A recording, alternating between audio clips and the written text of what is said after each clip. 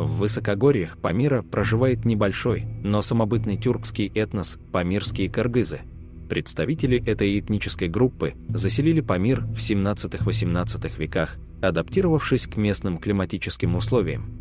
Памирские кыргызы являются потомками части енисейских кыргызов, покинувших в 14-15 веках Южную Сибирь и переселившихся в Среднюю Азию, где произошло разделение переселенцев, часть из которых ушла в горы Памира и окончательно обосновалась там, в 17-18 веках.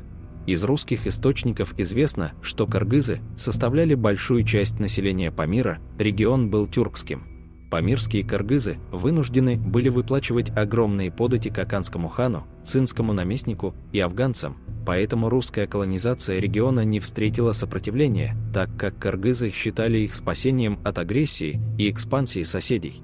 Однако затем начался передел кыргызского Памира.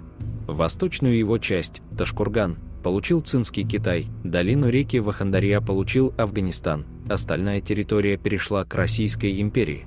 Таким образом, кыргызы были разделены искусственными границами. В 20-х годах 20 века Бадахшанский Памир, населенный преимущественно этническими кыргызами, был передан Таджикистану. В результате этого земли памирских кыргызов оказались за пределами тюркской территории. Впервые памирские кыргызы были обнаружены и описаны русскими военными в конце XIX века. По их свидетельствам, местные кыргызы вели кочевой образ жизни. Занимали они преимущественно долины рек и озер, ферганские степи. Жили памирские кыргызы ранее в юртах, а во время суровых морозов перебирались в сложенные из груды камней зимовки. В них они проводили зиму, запасаясь перед этим продовольствием. Занимаются памирские кыргызы преимущественно кочевым скотоводством, так как не было подходящих условий для земледелия. Скот памирского кочевника состоит из небольшого числа яков, баранов, быков, коров и лошадей. Зажиточных кочевок на Памире никогда не встречалось, что говорит о необеспеченности памирских кыргызов. По свидетельствам русских этнографов, посещавших Памир, у кыргызских кочевий насчитывалось от 200 до 600 баранов и от 3 до 30 яков. Верблюдов у кыргызских кочевников было немного, и они особо ценились. До прихода в регион русских тяжелое материальное положение кыргызов еще более усугублялось хозяйничавшими здесь китайцами и кашгарцами, которые нещадно грабили местных жителей, налагая на них огромные налоги, которые передавались иноземным наместникам памирским бекам. Вожди памирских кыргызов владели всем регионом, но при этом подчинялись сильным соседям, пока в 1880-х годах наконец не перешли под покровительство России, включившей кыргызский Памир в состав Туркестанской губернии, образованной из покоренных тюркских земель Средней Азии. Фольклор памирских кыргызов, как и всего кыргызского народа, представлен эпосом Манас, исполняемым сказителями Манаши. Следует отметить, что памирские кыргызы считают Манаса выходцем из Памира и якобы происходящим из рода Сары-Ногой, который населяет Сарыкольский хребет. Ранее у кыргызов Памира была широко распространена охота. Главным ее объектом являлись архар и каик. Благодаря охоте кыргызы могли прокормить свои семьи. Из шкур убитых животных часто шилась теплая одежда. Традиционной и основной одеждой памирских кыргызов является ватный халат и тулуп из овечьей шерсти, что помогает преодолеть холодные зимы. Особым разнообразием одежда кочевников не отличается. Рацион питания памирских кыргызов составляют мясомолочные продукты, что характерно для всех кочевых тюркских народов. Особой любовью памирских кыргызов пользуется соленый мясной навар с большим количеством перца, вареная баранина или же жареная в соле. Традиционным напитком является кумыс, широко распространено употребление молока яка. Среди памирских кыргызов большой популярностью пользуются скачки на верблюдах и яках. Обычно они проводятся на праздниках. В соревнованиях принимают участие кыргызы со всех концов Памира. Некогда среди памирских кыргызов находились люди, занимающиеся грабежом. Обычно подвергались нападениям караваны, направлявшиеся в сторону богатых Туркестана, Кашгара и Бухары.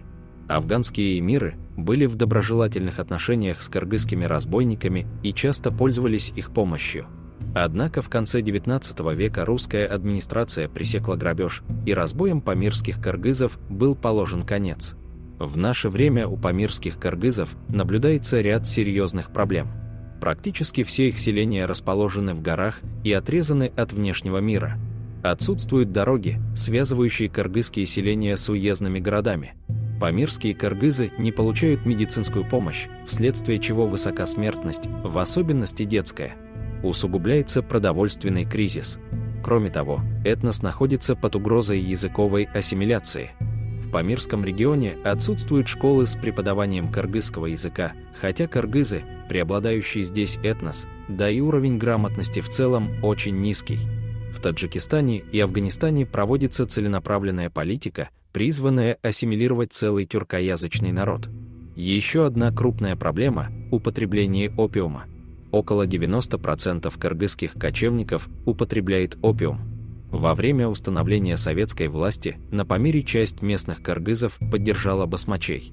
Лидером антисоветского движения в регионе стал представитель рода Тейит и признанный лидер памирских кыргызов Рахманкул-хан, который после поражения басмачей переселился в Афганистан, где ему было присвоено звание «Защитник Памира». Однако после вторжения советских войск в Афганистан в 1979 году престарелый Рахманкул-хан увел своих подданных в пакистанскую часть Кашмира, однако эта перекочевка стоила жизни сотен кыргызов. Затем начались столкновения с местными кашмирцами. Тогда Рахманкул обратился за помощью к Америку, прося выделить его роду землю на Аляске. Но в 1982 году на помощь своим тюркским братьям пришла Турция, которая выделила кыргызам землю у озера Ван, однако те отказались следовать туда и во главе нового лидера, Абдурашида хана, выбили себе пастбище на Малом Памире. Сам Рахманкул со своим родом переехал в Турцию. В наше время создаются планы по репатриации памирских кыргызов на территорию Кыргызстана. Сама эта идея принадлежит первому президенту Кыргызстана, Аскару Акаеву. В настоящее время репатриация поддерживается афганскими кыргызами, однако если она все-таки будет проведена, то тюркский мир окончательно утратит Памир и этнос исчезнет, но зато положение памирских кыргызов значительно улучшится. Ныне делегации от кыргызов Таджикистана и Афганистана обследуют земли на побережье Иссык-Акуля для переселения, и возможно, что через некоторое время значительная часть кыргызского населения Памира переселится в Кыргызстан.